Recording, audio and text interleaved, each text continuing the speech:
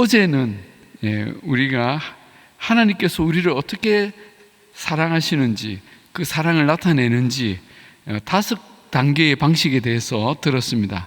우리 기억을 한번 떠올려 볼까요? 진리, 그리고 명료함, 자신감, 그리고 소망, 친밀함, 이 5단계라고 했죠. 그런데 이 5단계를 곰곰이 생각해 보면 진리에서 시작해서 친밀함에 이르기까지 하나님의 사랑의 깊이가 계속 더해 간다는 것을 우리가 알 수가 있습니다. 진리는 우리의 머리로 전해지는 사랑이죠. 그리고 명료함은 우리의 믿음에 전해지는 사랑입니다. 그리고 자신감은 우리의 가슴에 전해지는 사랑이죠. 그리고 소망은 우리 인생 전체에 전해지는 사랑입니다. 그리고 친밀함은 이 땅에서만 아니라 우리의 영생에까지 이어지는 사랑입니다. 사탄이 아무리 거짓말로 우리를 하나님의 사랑에서 멀어지게 하려고 해도 하나님의 사랑은 갈수록 더 깊어지고 더 온전하게 나타난다는 것입니다. 할렐루야. 우리가 그 하나님의 사랑의 품으로 날마다 아빠, 아버지를 외치며 달려가시는 그 은혜가 있기를 축복합니다. 자, 그런데 우리는 하나님의 사랑을 알고 내 안에 채우는 것으로만 끝나면 안 됩니다. 하나님은 우리도 사랑의 사람이 되기를 원하십니다. 우리는 사랑을 배우고 또 나누어야 하나님의 사랑을 계속 경험할 수 있는 것입니다. 받고만 있으면 안 된다는 것이죠. 그러나 우리가 사랑의 사람이 된다는 것은 절대 그냥 되지 않습니다. 우리는 사랑하는 법을 하나님으로부터 배워야 합니다. 그래서 하나님은 우리를 사랑의 학교의 과정에 입학을 시키십니다. 사랑의 학교 과정. 여기서 학교 과정이라고 한 것은 하나님의 사랑을 배우는 학교가 하나만 있는 것이 아니기 때문입니다. 여러분, 세상의 학교도 초등학교 하나만 다니고 끝내지 않잖아요. 그 뒤에 중학교도 있고 고등학교도 있고 대학교도 있습니다. 그리고 필요하면 대학원까지 다니죠. 마찬가지로 하나님의 사랑을 배우는 학교도 여러 과정이 있습니다. 우리가 창세기에서 요셉이라고 하는 인물을 보면 그가 하나님의 사랑을 배우기까지 적어도 4개의 학교를 다닌 것을 알 수가 있습니다. 우리는 요셉이라고 하면 꿈의 사람, 또 애굽의 총리가 된 그 인물 정도로 알고 있습니다. 그러나 그는 사실 누구보다 하나님을 사랑하고 형제들을 사랑했던 사람이었습니다. 요셉이 그런 사랑의 사람이 되기까지 그는 인생 가운데 4개의 학교를 다녔습니다. 이 학교들은 우리의 인생에서도 사랑의 사람이 되도록 하나님께서 이끄시는 그 과정들과 매우 비슷합니다. 그리고 표본적이라고 할 수 있습니다. 그래서 오늘과 내일 우리는 이 요셉이 다녔던 4개의 학교에 대해 함께 말씀을 들을 것입니다. 혹시 여러분의 인생과 비슷한 경험이 있다면, 내가 그때 그 학교에 있었구나. 하나님은 그렇게 나를 사랑의 사람으로 이렇게 만들기를 원하셨구나 생각하시면 되겠습니다. 자, 첫 번째 학교는 거절의 학교입니다. 요셉의 인생에서 가장 먼저 만난 이 학교는 너무나 가혹한 학교였습니다. 이 거절의 학교는 이름답게 입학과 함께 엄청난 교과 과정에 들어갔는데 그것은 거절이었습니다. 요셉은 가장 사랑받아야 할 가족에게 또 형제들에게 거절을 당했습니다. 그는 형제들의 미움을 받고 아무도 없는 그 광야의 마른 웅덩이에 던져졌습니다. 그리고 얼마 후 애굽의 노예로 팔려 오랜 시간을 그 고통의 시간을 살아야 했습니다. 이 집단 따돌림과 존속상해, 인신매매로 이어지는 이 기막힌 고통과 상처들로 요셉은 이 거절의 학교에 수석으로 입학합니다. 그런데 이 학교가 세워진 교육 목표가 있습니다. 그것은 사랑할 수 없는 사람들을 사랑하기였습니다. 사랑할 수 없는 사람들을 사랑하기. 아니, 너무 어렵고 가혹한 목표 아닙니까? 하지만 하나님은 요셉을 이 엄격한 학교에 집어넣어 공부하게 하십니다. 수많은 밤을 새워가며 코피가 아닌 눈물을 흘려가며 그 과제를 해야 했습니다. 형들은 왜 그랬을까? 꼭 그래야 했을까? 나에겐 무슨 잘못이 있었을까? 아버지는 지금 어떻게 지내실까? 하나님은 왜 이런 일을 허락하셨을까? 나는 형들을 어떻게 대해야 하는가? 낮에는 노역에 시달리고 밤에는 하나님께 묻고 기도하고 또 공부했을 것입니다. 여러분, 우리도 정도의 차이는 있지만 대부분 이 거절의 학교에 입학을 합니다. 가족으로부터 혹은 친구들로부터 혹은 선생님이나 직장 상사로부터 혹은 믿었던 그 누군가로부터 거절을 당할 때 우리는 이 학교에 입학을 합니다. 심지어 어떤 분은 교회 목사님에게, 교회 성도들에게 거절을 당해서 들어가기도 합니다. 왜 그들은 나를 거절했을까? 왜 형들은 나를 때렸을까? 왜 선생님은 나를 미워했을까? 풀리지 않는 질문과 아직 아물지 않은 상처를 안고 밤낮 거절의 학교에서 씨름을 합니다. 하나님께서 이 학교의 모든 학생에게 요구하는 교육 목표는 분명합니다. 사랑할 수 없는 사람을 어떻게 사랑할 것인가? 기가 막히죠. 이 학교의 교훈을 신약에서 예수님도 말씀하셨습니다. 너희 원수를 사랑하며 너희를 핍박하는 자를 위하여 기도하라. 원수를 사랑하고 그들을 위해 기도하라는 것이죠. 너무 불가능해 보이는 목표라 입이 턱 벌어집니다. 그러나 예수님께서 그 이유를 곧 말씀하시죠. 이같이 한즉 하늘에 계신 너희 아버지의 아들이 되리니 이는 하나님이 그 해를 악인과 선인에게 비추시며 비를 의로운 자와 불의한 자에게 내려주심이라.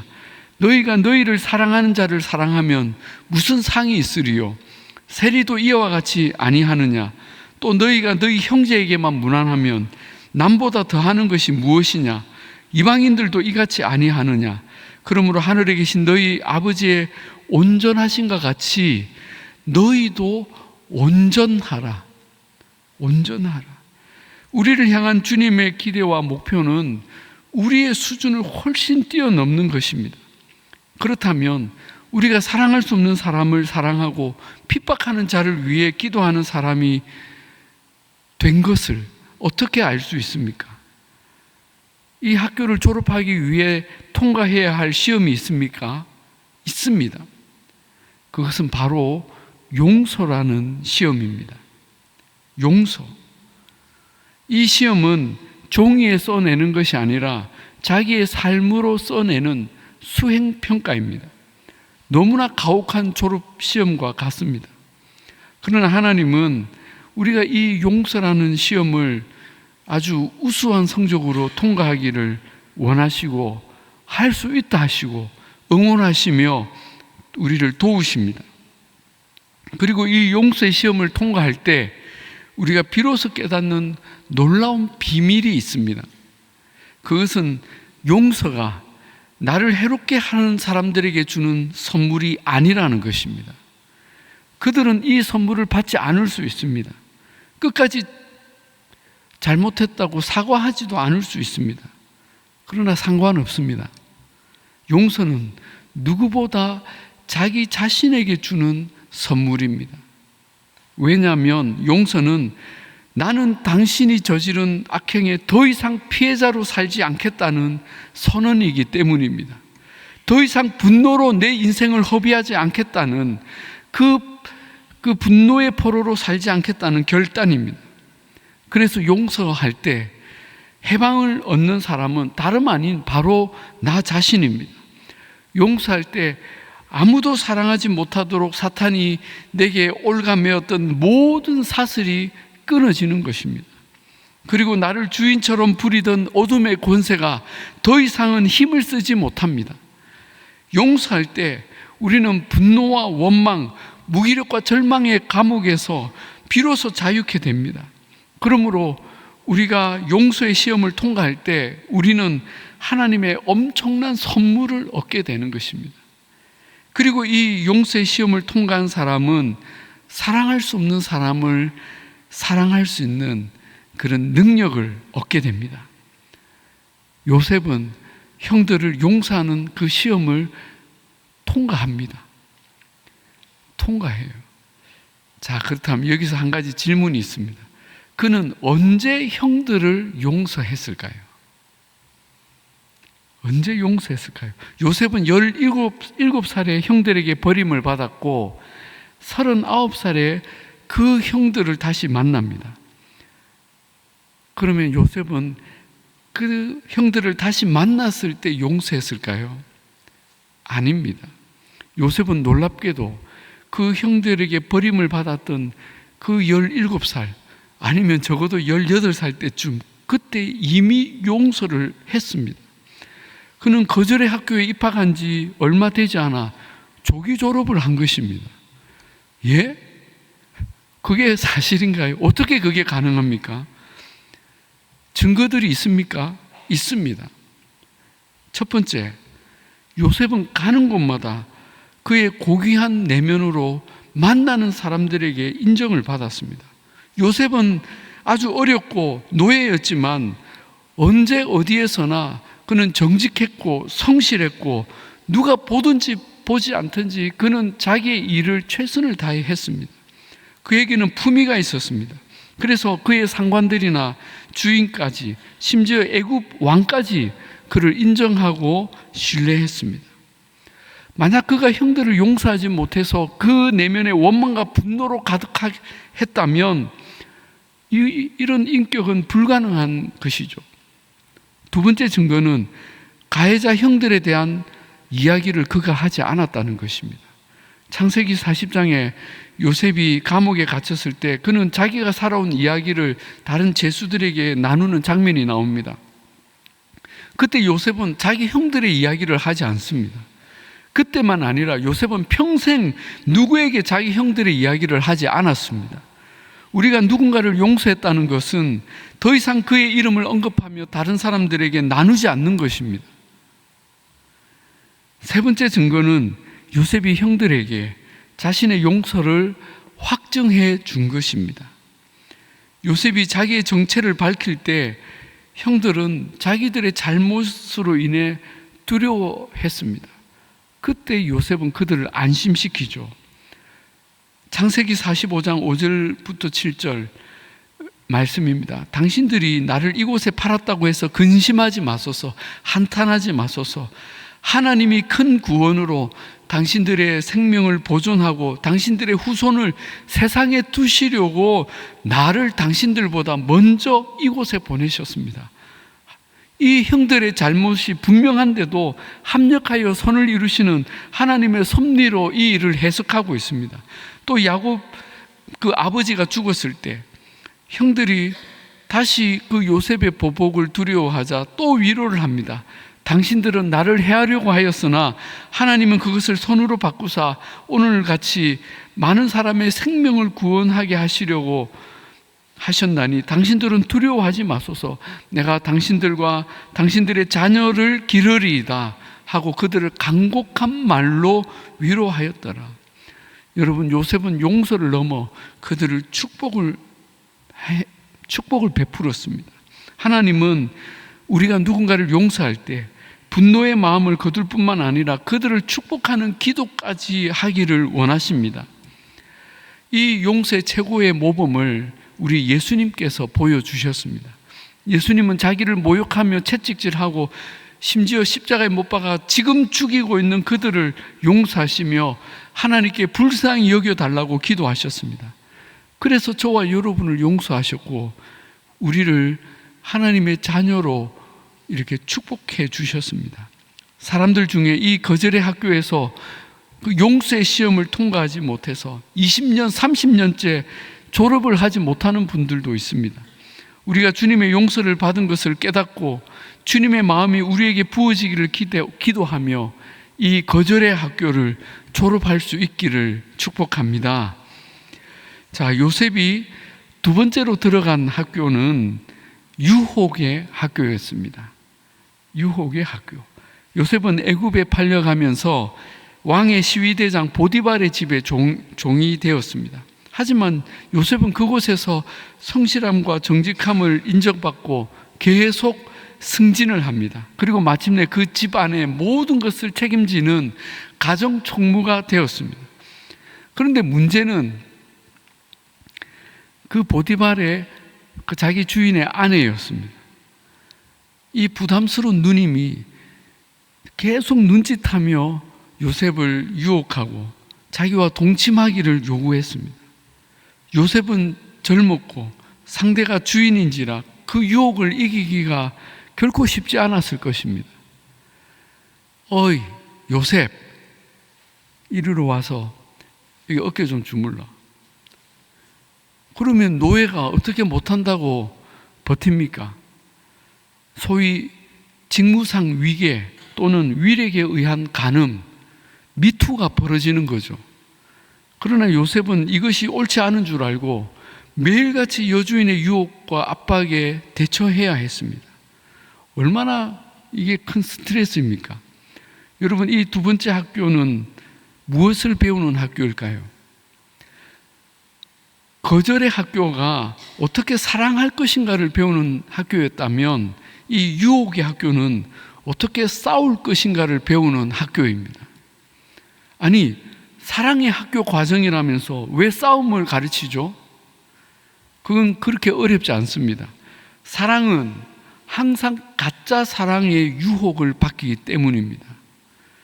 여러분, 우리 마음에 끌린다고, 우리 육신이 원한다고 다 진짜 사랑이 아닙니다. 남편이 아내를 놔두고 불륜을 저지르면 그는 사랑에 실패한 사람이 되죠. 가짜 사랑입니다. 그것과 싸워야 합니다.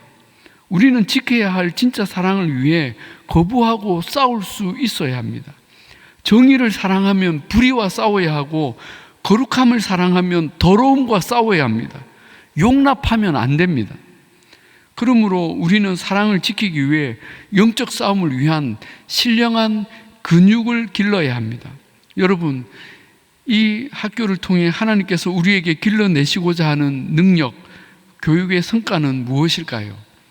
바로 인내입니다.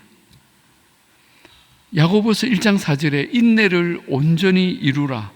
이는 너희로 온전하고 구비하여 조금도 부족함이 없게 하려 함이라 하셨습니다.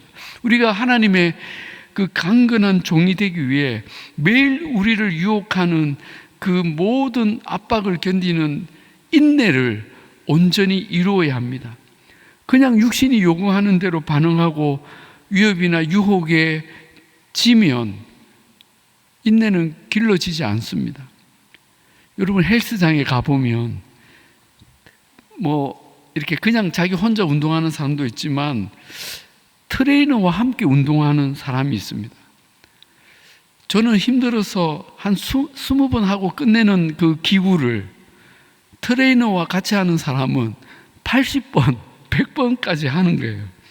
그 사람이 거의 비명을 지르죠. 이제는 못하겠어요. 죽겠어요. 하는데 그 트레이너는 뭐라고 합니까? 회원님, 할 수 있습니다. 2번만 더요. 1번만 더요. 하면서 한계를 계속 늘립니다. 그때 근육이 길러지죠. 우리의 영적인 근육인 인내도 이런 극한 상황에서 더 이상은 안 된다고 소리칠 때 그때 길러집니다. 여러분, 지금의 우리를 유혹하고 압박하는 그 도전이 무엇입니까? 성적인 유혹입니까? 물질에 대한 유혹입니까? 내 안위와 성공을 먼저 생각하라는 압박입니까? 불의와 거짓에 눈 감으라는 압박입니까? 하나님보다 세상 유익을 먼저 구하라는 유혹입니까? 믿음이 아닌 세상의 길, 좀 더 넓고 쉬운 길을 택하라는 유혹입니까? 그런 유혹과 도전들을 모른 척 외면하지 말고 적극적으로 대항해 싸우시기를 바랍니다. 여러분, 운동기구가 집에 있다고 다 근육을 만드는 것 아니지 않습니까? 많은 가정에 그 운동기구가 빨래거리가 되고 있는 걸 보지 않습니까? 마찬가지로 유혹과 압박의 상황이 있다고 다 영적 근육이 길러지지 않습니다. 그런 시험과 고난의 상황에 적극적으로 대응하고 싸워야 영적 근육이 길러집니다. 그 힘든 헬스장을 내 돈 내고 기쁘게 가듯이 시험과 압박도 우리가 즐겁게 여겨야 합니다. 오늘 우리가 읽었던 그 말씀 있죠. 주제 말씀. 내 형제들아, 너희가 여러 가지 시험을 만나거든 어떻게 여기라? 온전히 기쁘게 여기라 했습니다. 이는 너희 믿음의 시련이 인내를 만들어내는 줄 너희가 알미라.